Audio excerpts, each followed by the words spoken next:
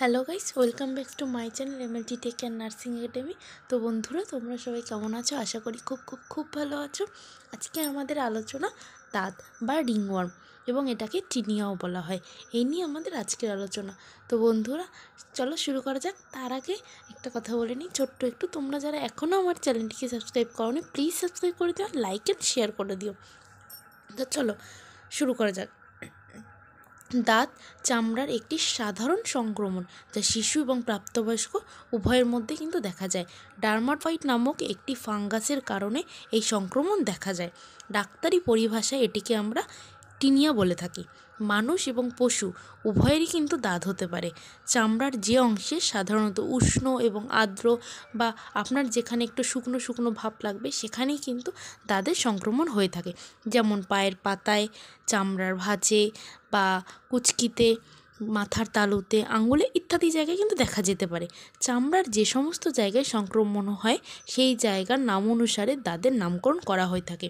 উদাহরণস্বরূপ আপনাদের বলে থাকি, টিনিয়া ক্রুডিস হয় কুচকিতে, টিনিয়া ক্যাপিটিস যেটা হয় মাথার তালুতে, টিনিয়া ইঙ্গুয়াম এটা হয় পায়ের নখে, আর টিনিয়া পেডিস মানে পায়ের পাতাতে হয়, এবং হাতের তালুতেও কিন্তু মাঝে মাঝে দেখা যায়। এই নাম হচ্ছে টিনিয়া মানুম। শরীরের যে কোনো জায়গায় ফাঙ্গাসের সংক্রমণ হলে তাকে সাধারণত টিনিয়া কার্পোরিস বলা হয়। দাঁতের চেহারা হলো একটি গোলাকার পরিষ্কার জায়গা, যাকে ঘিরে আছে রিংয়ের মতন ছোট ছোট ফুসকুড়ি। রিংয়ের বাইরের দিকটা উঁচু লাল রঙের খসখসে হয়ে থাকে। দাঁতে কিন্তু তীব্র চুলকানি হয়ে থাকে, যেটা কিন্তু আমরা সবাই জানি।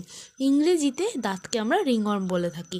ঠিক আছে, এর বৈশিষ্ট্যমূলক কিন্তু হচ্ছে গোলাকৃতি ফুসকুড়ির জন্য।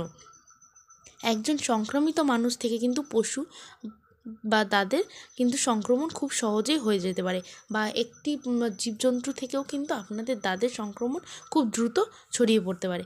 তো আমরা কিন্তু অনেকেই দেখে থাকি, দাঁতটা কিন্তু প্রচুর আমাদের মধ্যে সংক্রমিত একটি রোগ। ঠিক আছে, এই যে সংক্রমণ জায়গায় কিন্তু ভিতরে কোনো ফুসকুড়ি থাকবে না, যেটা থাকবে বাইরে থাকবে। অনেক সময় বাচ্চাদের কিন্তু স্কিনের কোনো প্রবলেমের ক্ষেত্রে বা ইচিং প্রবলেমের ক্ষেত্রে ছোটো ছোটো গুড়ি হতে পারে, কিন্তু সেক্ষেত্রে সবসময় যে দাঁত হবে এমন কোনো কথা নেই। যে অংশটা লাল বা গোলাপি হয়ে থাকে, সেই অংশের মধ্যে কোনো ফুসকুড়ি দেখা যাবে না, যেটা হবে সংক্রমিত জায়গার বাইরে। ঠিক আছে, বলে আমরা দাঁতের কিন্তু বিভিন্ন রকম উপজাতি দেখতে পেলাম। দাঁতের চিকিৎসা যত তাড়াতাড়ি আপনি সম্ভব শুরু করতে পারবেন, ততই কিন্তু আপনার সংক্রমিত জায়গাগুলো ছড়িয়ে যাবে না। চিকিৎসকের পরামর্শ অনুযায়ী চিকিৎসা চালিয়ে যেতে হবে, যাতে রোগ আরও ছড়াতে না পারে, আর কখনো যেন নাও হতে পারে। প্রভাবিত স্থান বা তীব্রতার উপরে চিকিৎসা নির্ভর করে। অ্যান্টিফাঙ্গাল ওষুধগুলি ফাঙ্গাসের বৃদ্ধি রোধ করে। অ্যান্টিফাঙ্গাল ওষুধ হিসেবে আপনি প্রাথমিক পর্যায়ে কিন্তু ট্রিটমেন্টগুলো এগুলো করতে পারেন।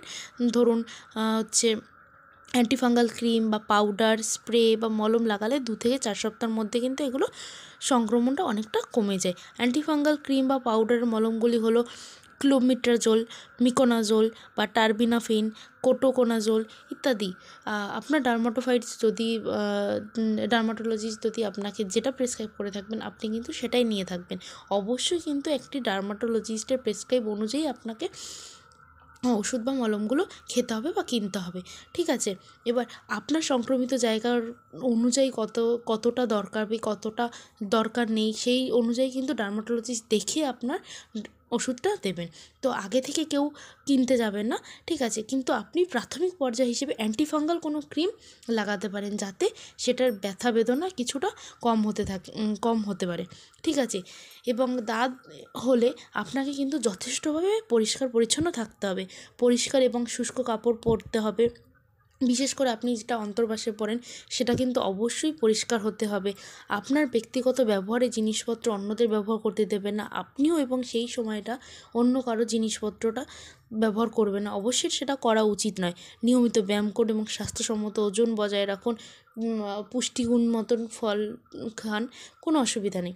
ঠিক আছে, আপনাকে কিন্তু এইগুলো জিনিস মাথায় রাখতে হবে। এবং আমরা এটাও কিন্তু দেখেছি ইদানিং যে HMPVর উপদ্রব একটু বেড়েছে আমাদের কলকাতায়।